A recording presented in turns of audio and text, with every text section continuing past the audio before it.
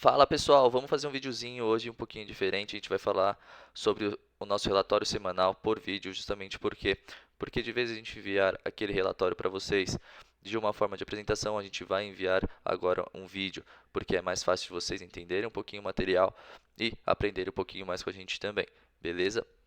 Bom, vamos começar pelo índice de medo e ganância. O índice de medo e ganância ele está muito equilibrado, nos indicando que o mercado ainda está com medo. Isso nos representa o quê? Que é um momento bom da gente entrar no mercado e fazendo sempre parciais de preço médio em Bitcoin. Isso a gente está pensando em longo prazo. Quando o mercado fica com mais medo, seria o momento exato, porque quando as pessoas estão com medo, elas saem do mercado. Quando as pessoas estão eufóricas, elas entram no mercado. Quando muita gente entra, os institucionais eles pegam as sardinhas e o mercado debulha para baixo. E é exatamente o que vai acontecer futuramente, e eu vou falar mais para frente por quê. Bom, o mercado então está equilibrado, o medo está prevalecendo faz tempo já. Se a gente vê o gráfico, sempre, né, desde o dia 18 de agosto, ele vem vindo com medo, deu uma acalmada, para aí sim voltar de novo para o mesmo equilíbrio, beleza? O mercado está em queda, o mês está muito feio, caiu bastante e a gente sabe que o mercado nunca cai de uma vez só. O mercado ele é feito de fractais e então ele precisa fazer topos e fundos para sempre manter o equilíbrio de preço. E é exatamente o que a gente vai esperar nos próximos dias. A gente vai esperar movimentações de quebra de estruturas de reversão para buscar novos níveis de preço no semanal, da vela semanal, para assim a gente pegar o pavio e fazer também o movimento contrário de continuação de tendência. É exatamente o que a gente vai fazer nos próximos meses. Na sala VIP a gente vai enviar para vocês bastante sinal, porque o mercado semana que vem acredito que seja bastante movimentado. Na semana a gente pode ver que teve uma desvalorização e algumas moedas também valorizaram um pouco, beleza? Ah, e o que aconteceu, né, galera? O que aconteceu para ter essa indução aqui, para ter essa valorização? Bom, é natural do gráfico ele sempre vir fazer uma captura de movimento após uma forte movimentação. Por quê? Porque quando tem fortes movimentações, eles pulam contrato. Pump pula contrato. Então o que acontece? O mercado ele precisa de equilíbrio para continuar a tendência. Então era nítido ele fazer um novo topo para aí sim fazer a continuação de queda. E é exatamente o que ele fez aqui. Ele veio buscar uma captura da movimentação anterior, que é uma zona de acumulação de liquidez, e aí sim ele continuou. Na nossa análise que a gente mandou dia 7, ele fez um movimento exato que a gente passou para vocês. Beleza? E o que aconteceu para ter esse disparo, que foi uma ajuda, né, para fazer a o equilíbrio de preço, foi que a Grayscale ganhou o processo contra a SEC. Então, isso tornou, né, trouxe bastante motivação aí para o mercado dar uma disparada, mas hoje está tendo rumores, né, que a SEC provavelmente vai rejeitar o ETFs do Bitcoin amanhã.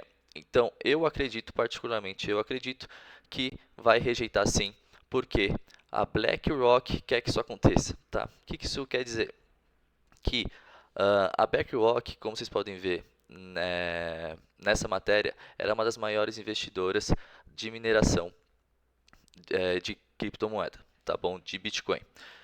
E ela quer que o preço do BTC caia, né, fique em valores bons de compra, para aí sim ela injetar uma grana muito forte e aí o BTC vai vir a valorizar. E é exatamente isso que eu acredito que aconteça.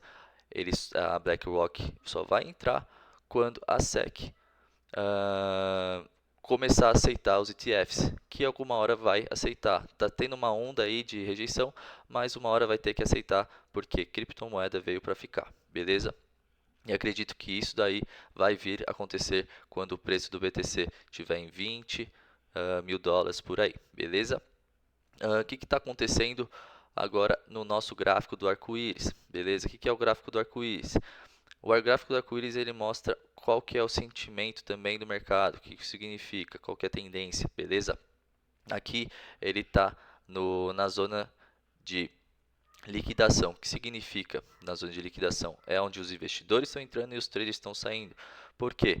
Porque é uma zona que traz uma movimentação, né, uma zona que está extremamente subdividida e nós traders gostamos de pegar movimentos pequenos, mas também para quem é investidor é uma zona muito importante, porque independente do preço cair ou subir, a gente tem que estar posicionado em Bitcoin, tá? Então a gente tem que sempre fazer preço médio e o momento do Bitcoin agora é muito importante fazer preço médio, independentemente se ele cair para 20, para 15, é sempre fazer preço médio no Bitcoin, toda semana colocar uma quantia ali para a gente estar sempre por dentro do Bitcoin, porque a partir do momento que ele vir fazer a alta novamente, começar o halving, a gente vai ganhar muito dinheiro, beleza?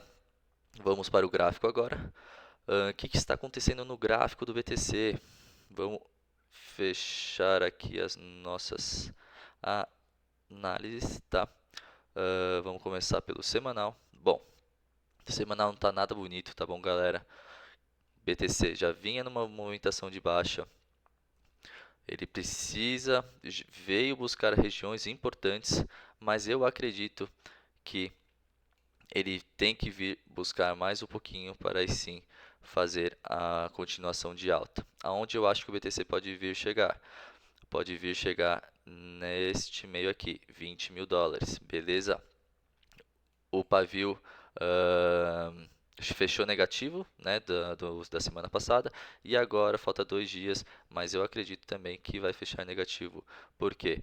Porque o pavio ele veio buscar uma zona importante, tá? Ele não deixou o candle aberto, então ele veio fazer a captura de preço e agora ele está fazendo a continuação. Então, o que isso nos indica? Que está sendo um movimento saudável de queda, beleza?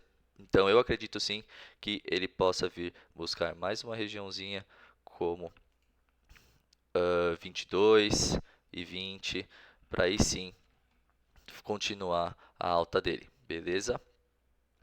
Vamos para o H1. H1 não tem muito que a gente vê aqui, é mais nos tempos menores. Mas o que está acontecendo no H1? Ele veio, né, buscar uma região importante de suporte, né, que é uma concentração de liquidez. Este quadrante é uma concentração forte de liquidez que impede do preço passar com força. Por quê? Porque toda região, como 20, 25, entre aspas, etc., tem grande força de absorção de liquidez. É muito difícil o preço passar e fechar abaixo de uma só vez. Então, ele precisa fazer movimentos de topos e fundos para aí sim fazer a quebra da estrutura e continuar a sua tendência de baixa. Bom, aqui a gente tem zonas de imbalance muito importantes a serem preenchidas e um pouquinho abaixo também. Então, acredito que ele venha nessa zona de demanda para vir buscar, fazer a captura de liquidez e aí sim fazer a continuação de alta, beleza? Por quê? Porque é a única forma do preço continuar sendo saudável. Mas até isso que acontecer vai demorar alguns meses, beleza? Vamos para H4, que me preocupa bastante foi que... Vamos fechar aqui também. Opa.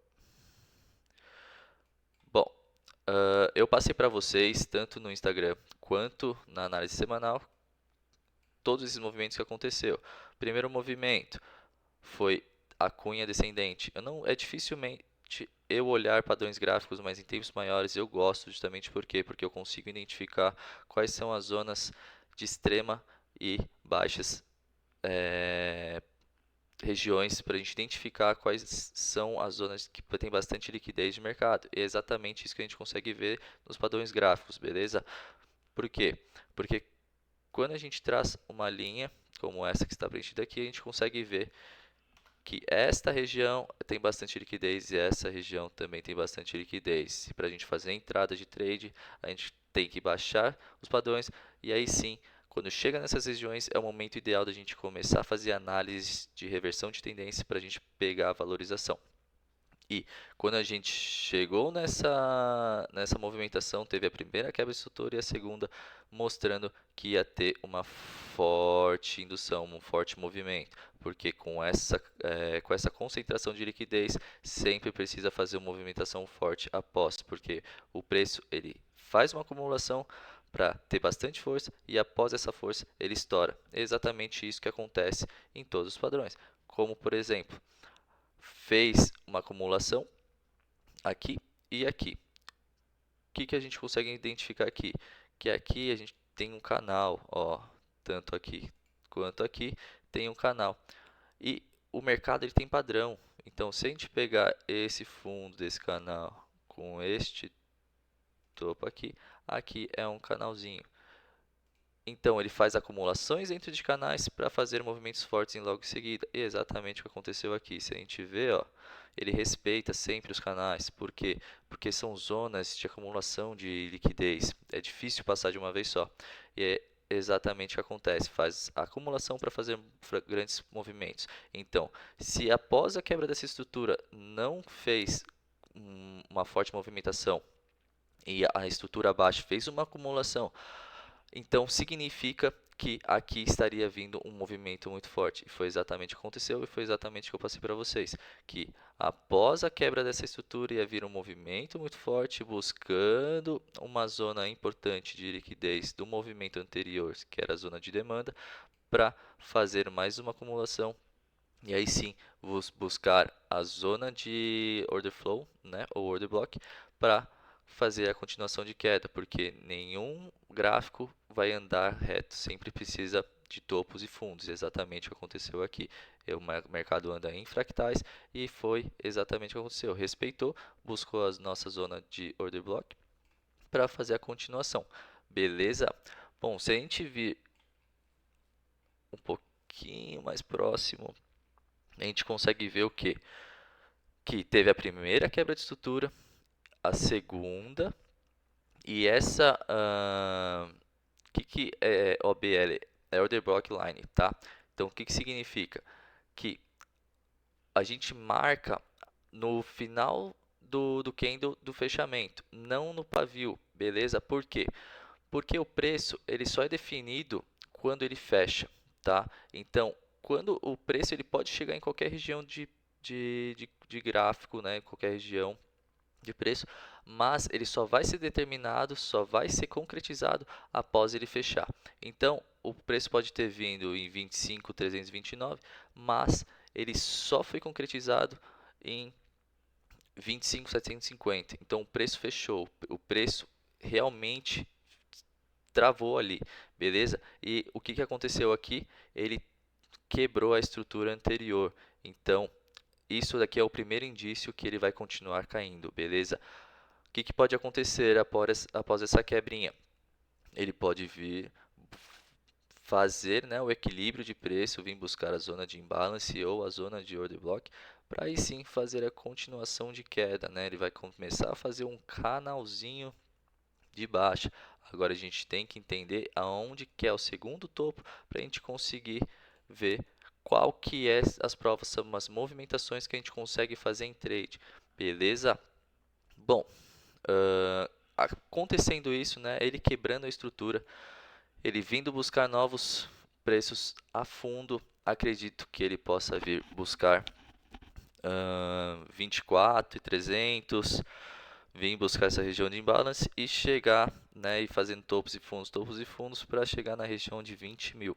Bom, tem muitos pontos abaixo de 24 que ele pode vir travar. Então a gente vai sempre acompanhando para ver essas regiões e identificando em tempos menores essa quebra de estruturas para vir identificar exatamente qual que é o momento da valorização que o Bitcoin vai vir a fazer, beleza? E o momento de valorização é somente baixando os tempos gráficos e identificando quais são os movimentos futuros, beleza? Bom, o DXDY é um gráfico muito importante da gente visualizar. Por quê? Porque é o gráfico que, se o DXY sobe, o BTC desce. E o DXY está numa zona muito importante. Qual que é essa zona importante? Bom, a gente tem o canal, tá? O canal principal, que é o canal de alta, e o canal secundário, que é o do fundo, beleza? E ele está bem no 50% do canal. O que isso significa? Que é uma forte região de liquidez, é uma região muito difícil de se ultrapassar. Ultrapassando isso daqui, ele vem buscar o topo desse segundo canal, beleza? Então é muito importante a gente ficar de olho nisso né, no gráfico DXY. Por quê? Porque ele rompendo 50% é muito capaz de ele vir buscar o topo do 100, beleza? Vamos acompanhar, ele está com muita força, então a gente tem que ver o que vai acontecer aí nos próximos movimentos. O volume em 24 horas está muito bonito, tá vindo com bastante força.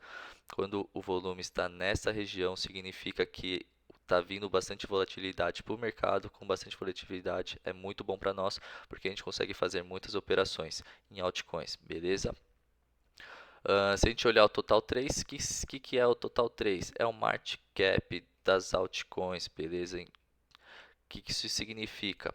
Se o Total 3 cair, as altcoins caem, beleza? Se o Total 3 subir, as altcoins sobem. Por quê? Porque determina o market cap delas dentro do mercado, beleza? Então, antes de a gente baixar para H4, a gente consegue ver que ela continua em uma tendência de baixa, no canalzinho de baixa, fazendo movimentos saudáveis, né, de topos e fundos, nunca deixando contratos em abertos, e acabou de quebrar uma estrutura. O que isso significa? Que ele está com muita força de queda, então a gente tem que ficar de olho, porque as altcoins, as maiorias das altcoins estão extremamente no fundo. Quebrando esse fundo, aí vai vir grandes movimentações de baixa, e aí a gente consegue fazer muito dinheiro. Então é muito importante essa próxima semana, tá bom? Dominância do BTC. BTC, ele tá no fundo também, tá? É um fundo muito importante, é uma zona extremamente importante regiões de resistência anteriores e suportes atuais e regiões de bastante acumulação de preço. Então, são zonas muito importantes aí, quebrando essa zona, o BTC passa a vir desvalorizar. A dominância do BTC passa a ficar abaixo do esperado e buscar novas mínimas, beleza? Bom, Bitcoin já fiz análise e o Ethereum segue basicamente as mesmas coisas do BTC, fez as mesmas movimentações e acredito se o Ethereum vir romper essa zona, ele vem buscar o fundinho em 1300, 1372, beleza? Perdendo o fundinho de 1372, ele vem buscar a principal zona dele, que é após a quebra da estrutura do movimento anterior, vem buscar uma região de acumulação próxima à quebra, beleza? Não tendo força, tendo liquidez, ele vem buscar a zona de OB, que é mais abaixo, tá bom? Bom, foi essa a nosso giro pelo mercado, né? A nossa visão e espero que vocês tenham gostado. Qualquer dúvida é só mandar lá no nosso grupo VIP. Um grande abraço.